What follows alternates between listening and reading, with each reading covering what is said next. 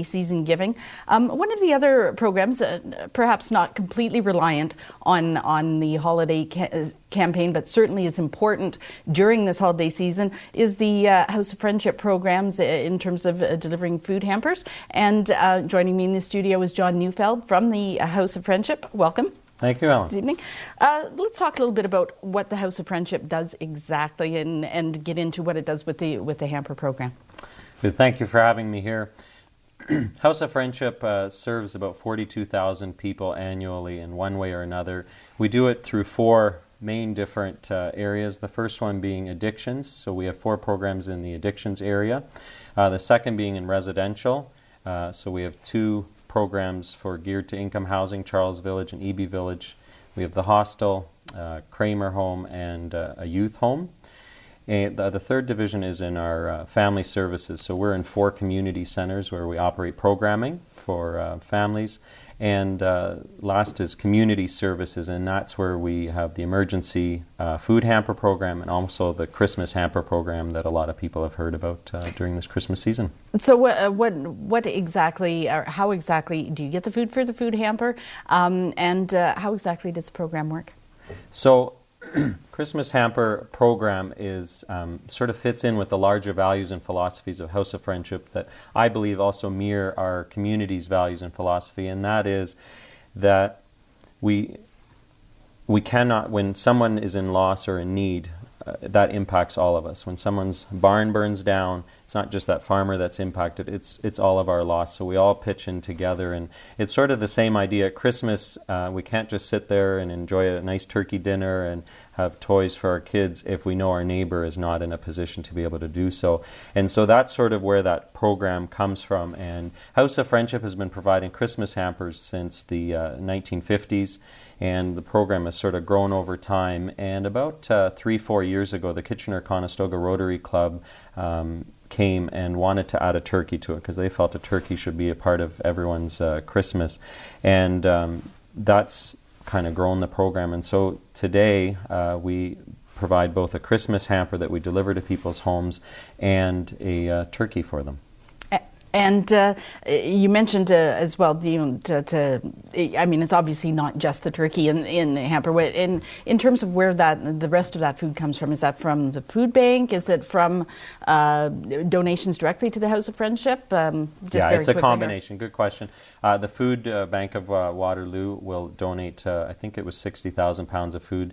Then we purchase some food, and then there's a lot of food drives and donations, and we rely a lot on volunteers. We probably have about 600 volunteers that come together to pack the hampers, to deliver them, to hand out turkeys. It's a community effort, and that's what makes it such a great and successful event. Well, and just one sec, Helen, you had the Salvation Army piece just before. Yeah. Can we just take a quick break and yep, we'll come back, no and we'll talk more about that and how it plays into the House of Friendship, how everybody works together when we come back after this break. Welcome back. We're talking about how the local economy and how people in the region are faring this holiday season economically with joining me in the studio, John Neufeld from the House of Friendship. We'd like to hear some of your comments and questions about how you're doing this holiday season, whether or not you're giving more to charity, whether or not you're spending more or spending less than you used to. You can give us a call here in the studio at 893-6905. Send us an email at talklocal@rogers.com. We're also on Twitter at talklocalwr. Just before the break, we were talking about how the program works, and you were wanting to talk about the Salvation Army. Well, I thought it was appropriate that we started the segment on Salvation Army because together between House of Friendship and the Salvation Army, we have what's called the Christmas Bureau, and we partner together, and the Salvation Army sort of takes care of the toys, and we sort of do the food part. And it's a great partnership, and that way we can ensure that everyone has a Christmas, there's food at the table, there's a turkey at the table, and there's toys under the tree. And how do you target the groups that you need to get out to deliver the hampers to? Do people come to you? Do you get recommendations from social service agencies? Yeah. How does that work? So it's there's an application that gets sent to people that do receive social services, and also people can just apply at different centers, and then we process the applications at our office.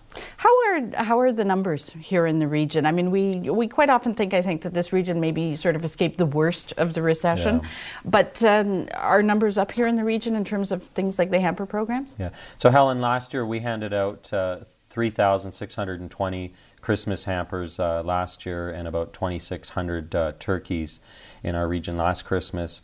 We thought, we were optimistic and we wanted to believe the economy is also improving. And so we actually anticipated a bit of a drop in the Christmas hampers, and so we planned for a little bit under 3,600.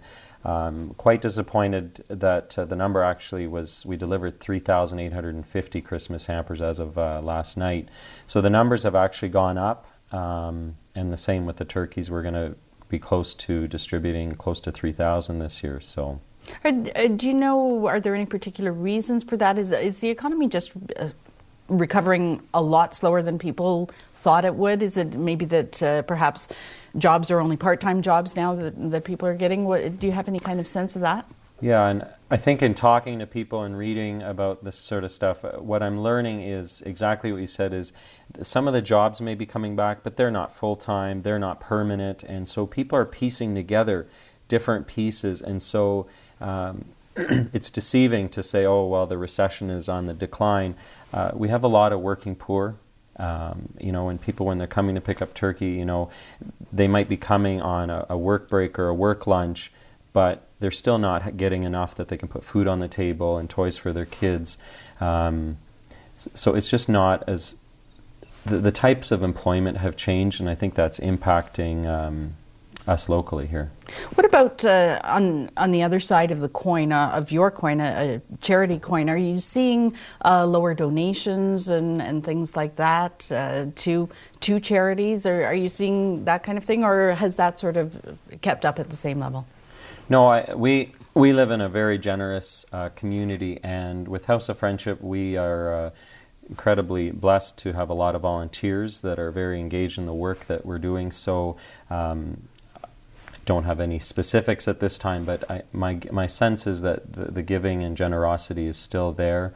The Kitchener-Conestoga Rotary Club has gone above and beyond this year for us with the turkey drive, so that's going to be a huge boost and help for us in ensuring that we can continue providing these sort of programs. You mentioned some of the other programs as well in terms of the hostel, in terms of addictions and things like that. How are those sort of faring, particularly in the holiday season? You get that impression that it can be a really happy time for people, but it can be a very sad time for other people and those who are less fortunate. Yeah, and it's well known in our helping field that Christmas is probably the hardest time for the folks we serve, and so again, thankfully our staff are incredibly committed to the people we serve, and so they try to go the extra mile and do little extra things. And I think our community in general, I know there's Christmas dinners planned for people so that everyone can have a place to belong and be with someone. So, in terms of volunteers, you mentioned that you have a lot of volunteers. When people have more time, sometimes they volunteer more. Are you seeing a little bit of that as well? Or maybe perhaps people who had Christmas hampers previously are looking at giving back now that they're on the other side of that? Yeah, and that's the great part of this program. We have a lot of people that, now that they have more time, they'll come in, and we have some people that come in every day to pack those hampers for a couple of weeks or do numbers of deliveries. But even today during the turkey drive, we've had people that have helped us in our volunteering who have received the hampers before in the past and are now giving back, or even those that are receiving are very grateful and have given us cards or little tokens of appreciation. So it is appreciated. And you said your numbers are up from what you were planning for this year. Is there going to be any kind of shortfall, or have people stepped up that you've heard of in terms of donations along the way there? Yeah, well, we have this little secret, and it's called Tony Bender, and he's been with us for 30 years, and he does this magical thing with the Christmas hamper program, and so he somehow ensured that we did get enough, and we got 3,850 hampers packed. So. And coming up after the holiday season, I mean, obviously this particular program's almost winding down at this point. But after the holiday season, obviously the need is still going to be there. What do you have coming up in the new year and going forward? There's always something up. In January and February, we do what's called the Potato Blitz. We use about 170,000 pounds of potatoes throughout our programs and potatoes that we hand out through food hampers. So January, there's a Rangers game that we do a potato blitz at, and then we do a supermarket blitz in February, and then at the end of the month we have a potato lunch. So there's always something happening at House of Friendship. And how can people get involved? The easiest way and the best way is always go to our website, www.houseoffriendship.org. All the information is there. Send us an email or give us a call, but the website's the best way to go. And it doesn't have to be a lot of time? No, I mean, we have some volunteers that will volunteer with us once a year for a couple hours to hand out a turkey, and then we'll have some volunteers that will volunteer with us every day or a couple of days a week.